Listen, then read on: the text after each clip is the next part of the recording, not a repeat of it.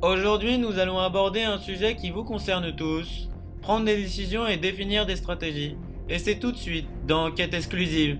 Enfin, un peu.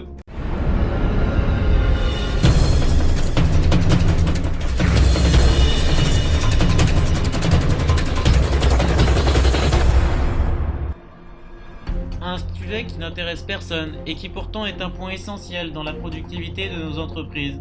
Pour vous aider à mieux cerner ce sujet et surtout nous faire beaucoup d'argent, nous sommes allés à la rencontre de Virginie Chambry, directrice management chez Havas. Que cache cette entreprise aux multiples facettes? Et surtout, qu'en pensent les Français? Pour cela, nous avons envoyé Pépito, notre jeune stagiaire de 3ème, pour vous interviewer vous directement dans la rue. Et c'est tout de suite dans un nouveau look pour une nouvelle vie. Enquête exclusive. Enfin, un peu. Bonjour, est-ce que vous pouvez répondre à quelques questions s'il vous plaît? Yeah, of course. Okay, in English. So up to you. What is a good manager and how can you put in motion a good strategy? Vous savez, il est difficile de pouvoir dire clairement ce qu'est un bon manager. Disons seulement qu'actuellement, face à une actualité tristement riche en événements dramatiques liés au climat social défaillant de grandes entreprises françaises, ces questions peuvent nous paraître légitimes. Mais la première qualité, je pense, à mes yeux, que l'on peut trouver à un manager est son sens de l'animation de l'équipe. To be a dealer. Ok, thank you very much. Bonjour, est-ce que vous auriez le temps s'il vous plaît de répondre à une petite question s'il vous plaît? Ouais, on a un peu de temps.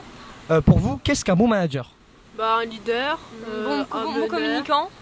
quelqu'un qui soutient son équipe, Ouais, bien sûr. sympathique, Il doit joyeux, avoir la niaque, la tchatch, un être peu motivé comme Michel, surtout. d'ailleurs, hein. Michel, oui, Ouais. d'ailleurs, tu sais ce qu'il devient? Non, pas du tout. Non. Il était. Pour vous, qu'est-ce que représente la prise de décision? Écoutez, la prise de décision, c'est quelque chose que je fais toujours dans ma vie. Que ce soit à la boulangerie ou dans mon entreprise chaque jour. Je pense qu'il y a surtout un aller et un après. Un avant et un après, pardon, je me mélange dans mes mots.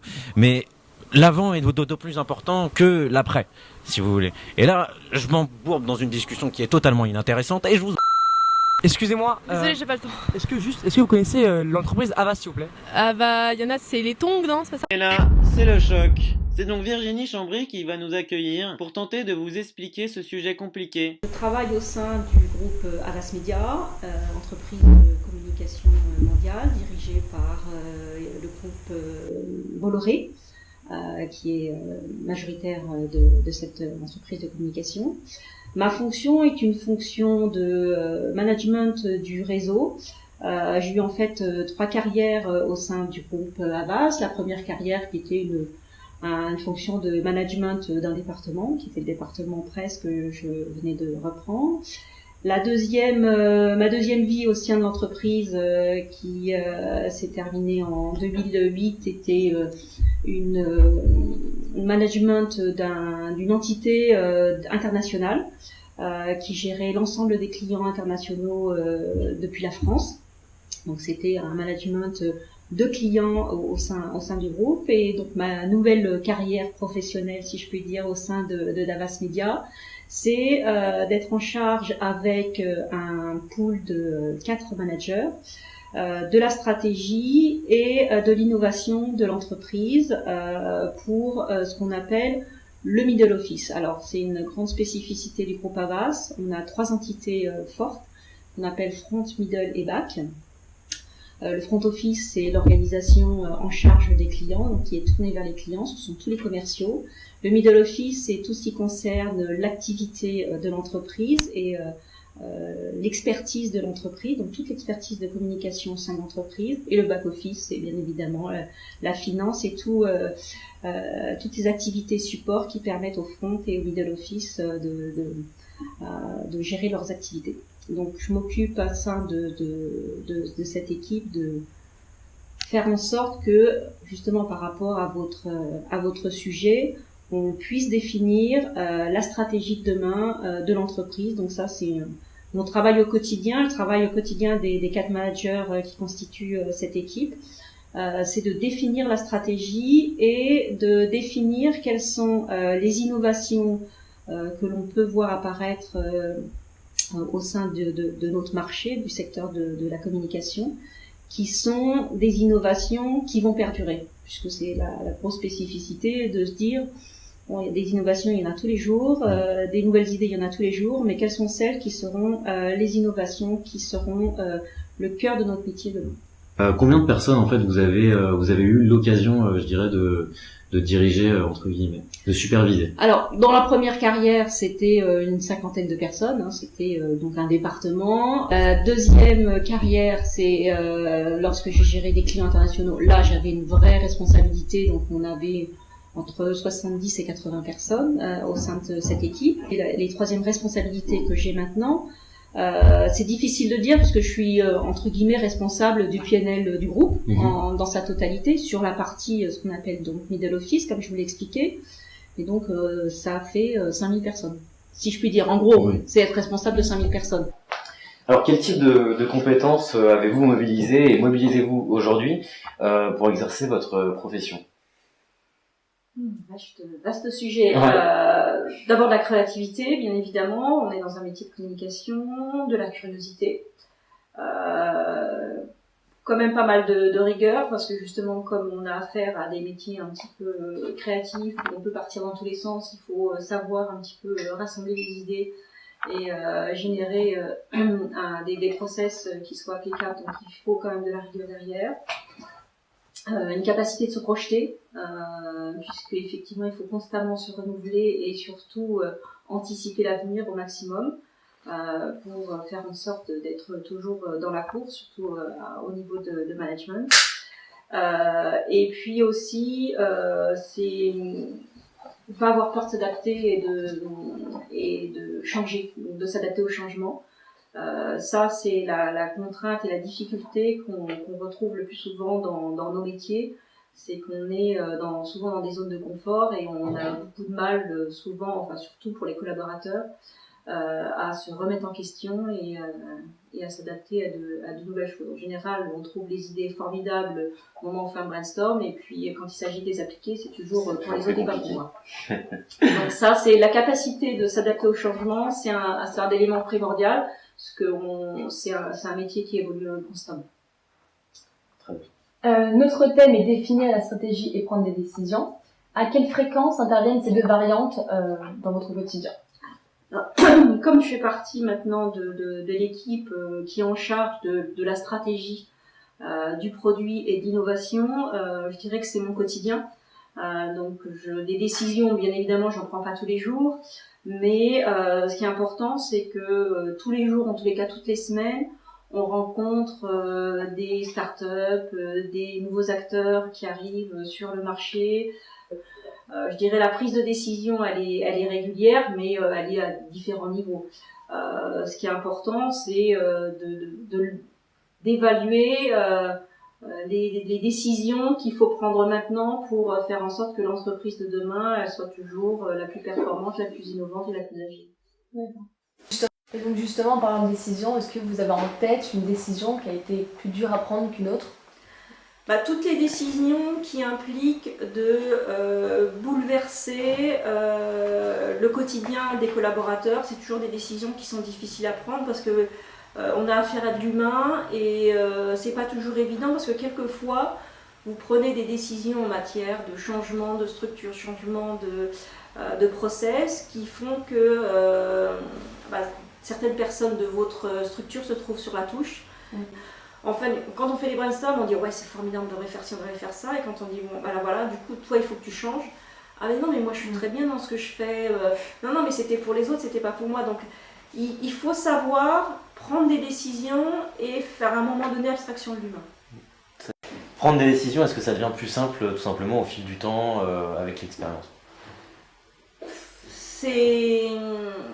C'est pas finalement plus simple puisque plus on monte dans la hiérarchie, plus les décisions sont complexes et sont difficiles et sont plus engageantes pour l'entreprise.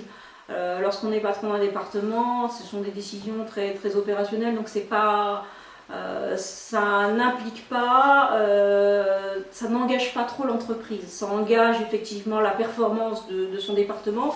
Donc c'est important d'être un bon manager, de bien embarquer son équipe avec soi. Donc il faut avoir du charisme et du leadership auprès de son équipe. À partir du moment où on commence à prendre des décisions qui sont importantes à la fois dans l'organisation de l'entreprise, dans les décisions financières que ça peut impliquer au sein de l'entreprise, ça devient plus compliqué. Et d'ailleurs, je ne prends jamais mes décisions toute seule. Alors, peut-on déléguer tout type de décision ? Non, on ne peut pas déléguer tout type de décision. Même moi, il y a des décisions que je n'ai pas à prendre, ces décisions-là. Toutes les décisions qui sont plutôt stratégiques, qui vont avoir à faire à l'organisation de l'entreprise, les process de travail, les interactions avec les autres collaborateurs et surtout engager aussi financièrement l'entreprise, là, ce sont des décisions qu'on ne peut pas déléguer. Quel est le processus de la mise en place d'une stratégie ? C'est un processus qui peut être à la fois quelquefois très rapide quand il y a une évidence dans un choix stratégique, ou qui peut être très lent quand surtout ça remet en question l'organisation. Donc quand je vous parlais de l'organisation qu'on a mis en place il y a 2 ans, ça a été un processus pendant 6 mois. On a analysé, on a interviewé, on a fait des groupes de travail pour savoir si cette organisation-là pouvait fonctionner, et on l'a testé. Donc en général, ce qu'on fait, c'est quand il y a une grosse décision qui prend en compte l'organisation et les process de travail, on fait des pilotes avec 1 ou 2 pays et on regarde comment ça fonctionne, et après on le diffuse plus largement. Et on voulait savoir votre point de vue par rapport au processus décisionnel qui est propre à votre entreprise. Est-ce que vous vous reconnaissez dans ce modèle ? Je me reconnais dans ce modèle forcément, puisque j'en fais partie, je dirais, au niveau des prises de décision qui sont prises à haut niveau. Après, il y a des décisions qui peuvent m'affecter, qui sont prises encore plus au-dessus de moi, avec lesquelles je peux éventuellement ne pas être toujours d'accord sur la décision en elle-même. En revanche, sur le processus, il y a un processus qui est soit un processus qui intègre l'ensemble des managers pour prendre cette décision, donc une décision qui va être collégiale. On va définir la stratégie qui souhaite être adoptée, les enjeux, et on va faire éventuellement parler les différents managers pour en définir les éventuelles contraintes, et puis une décision qui sera prise à l'issue de ce comité de prise de décision. Ça, c'est un processus qui est, je dirais, collégial, donc on est rarement contre un processus collégial, c'est l'avis du plus grand nombre qui fait que la décision est prise. D'accord, donc souvent c'est plus facile le bottom-up que le top-down par rapport au... Le top-down, si effectivement c'est difficile de se sentir acteur d'une décision dont on n'a pas été maître d'œuvre ou partie prenante dans cette décision. Donc effectivement, les décisions, et souvent d'ailleurs, parce que les grands managers, ils n'ont pas forcément le temps d'évaluer l'ensemble des décisions qui sont à prendre. Donc souvent, c'est des décisions collégiales qui sont prises en dessous. Elles sont validées par... on propose différentes options où on présente l'option la plus qui nous paraît nécessaire à prendre. On la vend, je dirais, à notre direction, et puis la direction adhère ou adhère pas. Donc si elle adhère, après c'est pris. Donc, puis il y a les décisions sous contrainte, qui est celle la plus préférable pour tout le monde, celle qui prend en compte le minimum, pas forcément le minimum de risque, parce qu'on peut avoir envie de prendre des risques dans une décision, mais celle qui prend en compte l'ensemble des contraintes, et on pèse le pour, le contre dans l'humain, dans la technologie et dans le coût. Et dans les conséquences sur l'organisation de l'entreprise, et après on prend la décision la plus... la moins pire, entre guillemets. Pas la moins pire, mais la plus profitable en fonction des critères, et en fonction des critères qu'on s'est fixés, parce que pour une décision, ce qui est important de se dire, c'est la décision qu'on veut prendre, elle a quel objectif. Et si en fonction des objectifs qu'on fixe, le choix de la décision pourra être différent en fonction de ces critères. Et c'est exactement comme tout service ou toute action qu'on mène au sein de l'entreprise, ce qu'on appelle, nous on définit des KPI, donc les éléments qui vont nous permettre de déterminer si l'action qu'on a menée, elle est bien réalisée et elle a atteint ses objectifs. Mais si on définit pas en amont des objectifs, c'est difficile de se dire cette campagne est réussie. Ah ouais, elle est réussie, pourquoi On ne sait pas parce qu'on ne savait pas quels étaient les objectifs de cette campagne.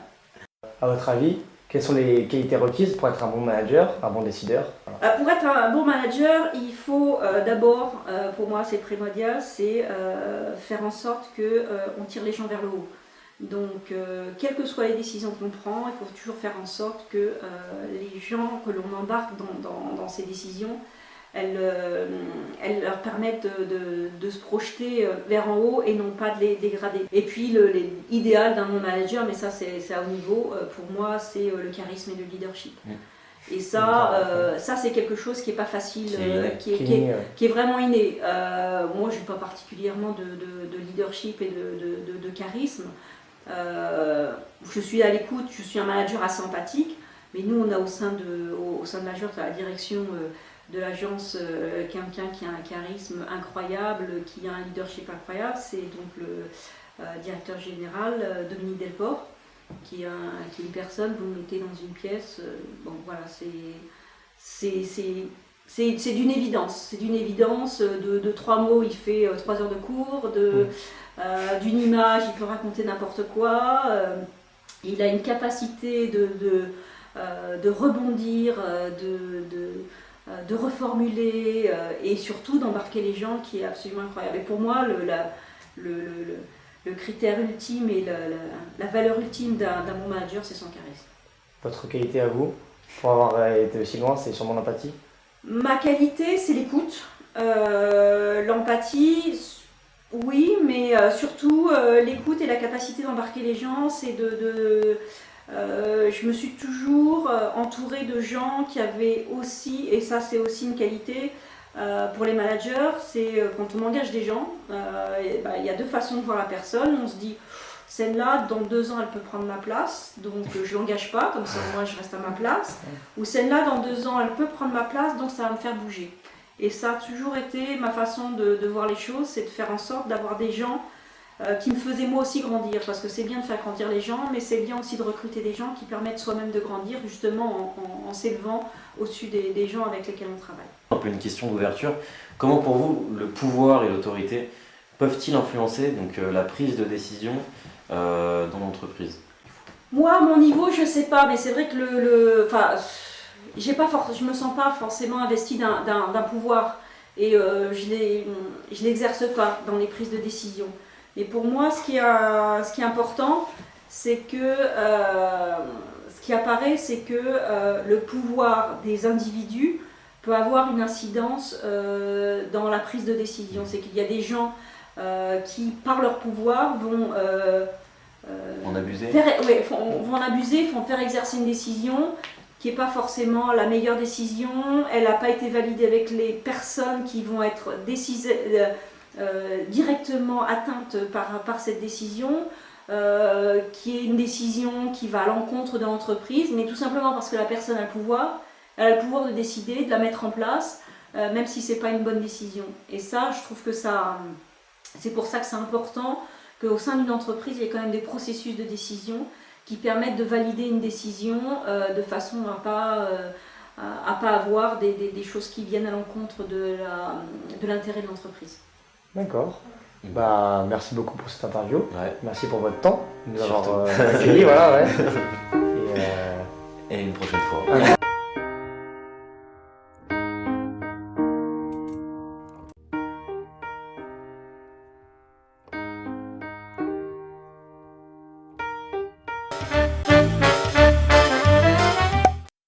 Bonjour à tous, aujourd'hui nous sommes dans les rues de Paris pour demander aux Français, j'allais dire pour ask aux Français, ça n'a aucun sens, quelles sont la prise de décision et les stratégies. Quelles sont la prise de... C'est pas une pub de part. Non, il n'a pas dit encore 10 moteurs. Bonjour, excusez-moi, est-ce que vous auriez un exemple de bon manager s'il vous plaît? En 2 mots? Oui. Monsieur Malawi. Est-ce que vous auriez le temps pour une petite question s'il vous plaît? Oui. Pour vous, qu'est-ce que... Non? Ok, on recommence. C'est une conspiration, ils manipulent les cerveaux, ce sont des Illuminati. I have not a problem, but bitches in one. Yo,